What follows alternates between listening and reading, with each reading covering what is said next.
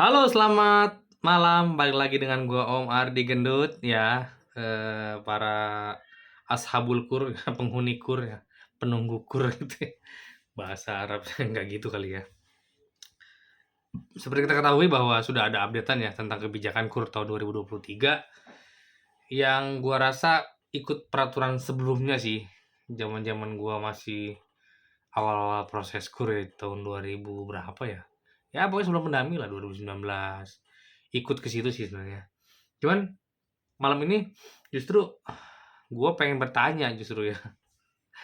Gue pengen bertanya. Jadi bukan ngasih ngasih sesuatu malah. Jadi malah ngasih pertanyaan. Semoga bisa dijawab sama teman-teman ya. Kan kalau di kebijakan baru itu plafon kur maksimal 500 juta. Maksudnya adalah kalau gue tangkap ya. Berarti per NIK itu balik lagi ke zaman dulu. 500 juta. Kalau kemarin kan 500 juta lunas bisa ngajuin lagi. Kalau sekarang betul-betul per NIK, per KTP, per orang 500 juta. Nah, nggak tahu ya. Ada pertanyaan sendiri dalam diri gua nih. Mungkin teman-teman bisa bantu jawab. Kur ini kan sejak tahun 2007 ya. 2007 kalau nggak salah ya. Zaman masih presidennya Bapak Susilo Bambang Yudhoyono. Ya nggak? Bunga saat itu 16% kur itu. Jadi memang belum disubsidi pada saat itu ya. Berkembangnya waktu turun menjadi 12%. Gue ingat banget tuh 12%. Turun lagi menjadi 9%. Turun lagi 7%. Turun lagi jadi 6%. Ya nggak? Artinya semakin banyak subsidi pemerintah masuk ke situ. Nah, ada orang, nasabah gue nanya, Pak, itu 500 juta dihitungnya mulai dari kapan? Pas zaman Presiden SBY apa mulai Pak Jokowi kan gitu kan? Mungkin pertanyaan ini kayak semacam wah bobo politik nih. Enggak juga sih sebenarnya. Karena gue telepon ke beberapa petinggi, bukan petinggi sih, beberapa orang in charge di KUR, jawabannya berbeda teman-teman. Ada yang ngitung 500 juta tuh akumulasi dari zaman Pak SBY kurnya. Ada yang bilang itu akumulasi sejak zaman Pak Jokowi. Di mana SIKP, nah SIKP itu terbentuk 2014 atau 2015 seperti itu. SIKP tahu kan ya? Sistem Informasi Kredit Program kalau salah deh. Sistem Informasi Kredit Program SIKP. Jadi di SIKP itu ketahuan nih, misalkan Ardi nih pernah ngajuin kur udah berapa ratus juta sebelumnya ya enggak? Karena maksimal kur kan 500 juta nih. Misalkan dulu Ardi pernah 200 juta dan lunas. Oh, berarti sekarang maksimalnya 300 juta gitu. Nah, ada yang bilang 500 juta itu dihitung sejak SIKP berdiri, jadi zaman Pak Jokowi. Nah, ada yang bilang juga, oh akumulasi dari zaman Pak SBY namanya kur. Tapi gue logikanya gini, berpikir gimana caranya dapat data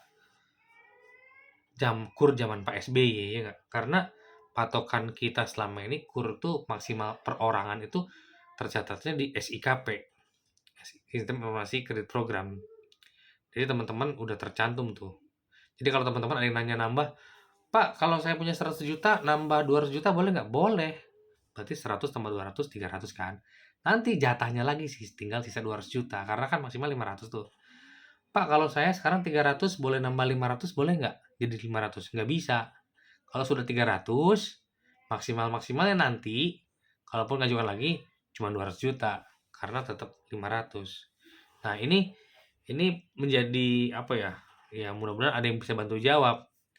500 juta itu kurs sejak zaman PSBY atau zaman Pak Jokowi di mana SIKP terbentuk gitu ya. Artinya informasi sudah di situ. Mudah-mudahan teman-teman mungkin ada yang bisa jawab juga ya nggak? Jadi biar clear. Ini baru apa? Pikiran gua doang sih. Jadi ya mudah-mudahan ada yang bantu jawab ya. Mungkin mantan-mantan mantri ya, Mbak siapa itu? Mungkin ada apa pegawai bank lain coba bantu jawab supaya clear. Jadi ada loh orang yang ngajuin kur di debitur kur sejak tahun 2007 ada ya lagi ini ya ada. Nah, tapi kalau gue sih prepare ke sejak SIKP terbentuk di mana informasi sudah ada kan, sudah di-input kan.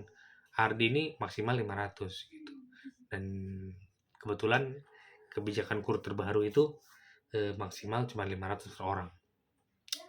Itu aja guys yang bisa gue sampaikan. Semoga ada yang menjawab biar orang lain tuh tahu nambahnya berapa sih saya, ya enggak? Jadi kalau ada orang nanya di komentar tuh, Pak 50 jadi 100, 100 jadi 200, nambah top up boleh sepanjang tidak melewati 500 juta gitu kan, secara akumulasi nih.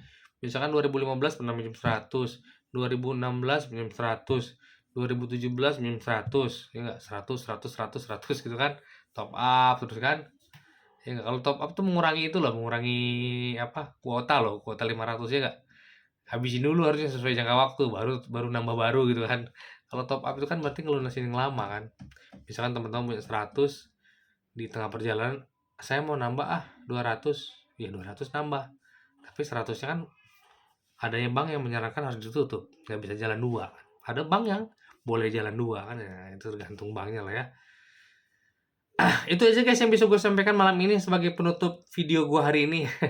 Gue selalu konsisten bikin 3 video per hari ya. Biar apa ya, biar semangat aja karena gue lagi down sih sebenarnya.